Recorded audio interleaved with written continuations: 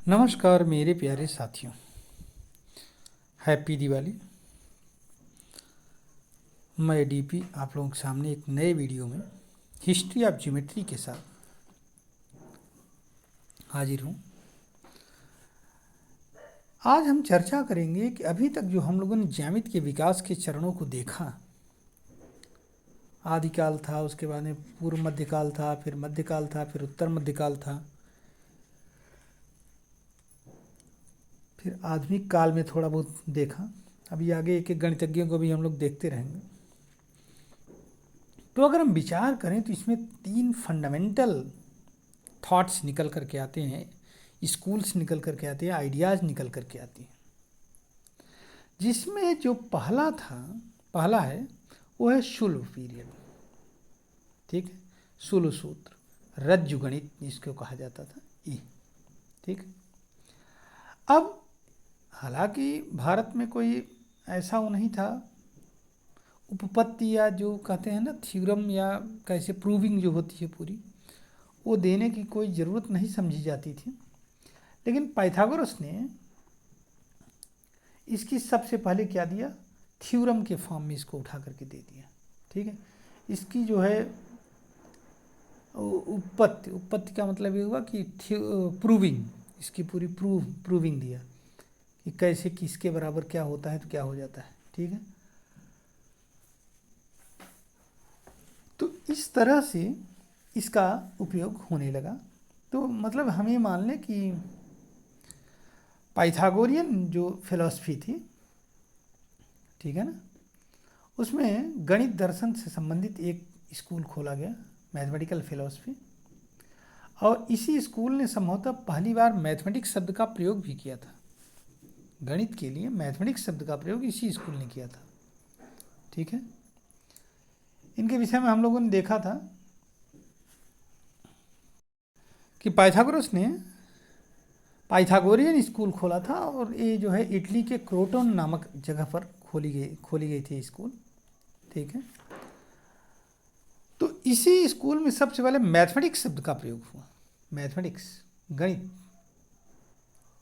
के लिए, जिसका यूनानी भाषा में मैथेमा शब्द है, जिसका अर्थ होता है साइंस, ग्रीक लैंग्वेज में। ठीक है, अब इनके 250 साल के बाद में किंग टॉलेमी ने अलेक्जेंड्रिया में रॉयल स्कूल की स्थापना की और इसमें यूक्लिड थे। ठीक है, और अलेक्जेंड्रिया की स्थापना सिकंदर महान ने, अलेक्जेंडर द ग्रेट ने की थी, इजिप्ट में। ठीक है, यूक्लिड के विषय में बहुत सारी जानकारी तो नहीं है, लेकिन ऐसा माना जाता है कि यूक्लिड जो है प्लेटो के शिष्य थे। यूक्लिड ने प्लेन ज्योमेट्री पर बहुत सारा काम किया है। ठीक है, उनकी एक पुस्तक है एलिमेंट्स, और इसमें जो है बहुत सुव्यवस्थित मैथमेटिक्स है, ऐसा नहीं कोई वैसा है। ठीक है, और एलिमेंट्स के प्रथम जो प्रकाशन हुआ है, ठीक है, तो इसमें ज्योमेट्री शब्द नहीं था। यूरोप में ज्योमेट्री नाम प्रदान ही नहीं किया गया था। प्रथम जब इसको पब्लिश किया गया एलिमेंट्स को, तो उसमें कोई ऐसा वो नहीं था। लेकिन इसके बाद 1500 ईस्वी के बाद में, 1500 वर्षों के बाद में जब पहला पब्लिकेशन आ गया, तो उसके 1500 के बाद में लगभग जब 12वीं सदी में इसका अनुवाद लैटिन भाषा में किया गया, और जब लैटिन भाषा में किया गया तब इसमें ज्योमेट्री शब्द आया। कभी मेन पेज पर था, कभी लास्ट पेज पर था, इस तरह से, समझ में आया? और ऐसा लगता है कि सबसे पहला जो ज्योमेट्री शब्द प्रयोग किया गया है वो इसी जगह पर किया गया है, इंग्लिश का ज्योमेट्री शब्द। ठीक है, अब यह जो है, हालांकि अपने प्रथम प्रकाशन के पहला फर्स्ट पब्लिकेशन जब हुआ तो लगभग 2000 सालों तक ये पुस्तक पूरे गणित जगत में छाई रही। ठीक है, बहुत सारी प्रतियां इसकी बिकी, समझ में आया?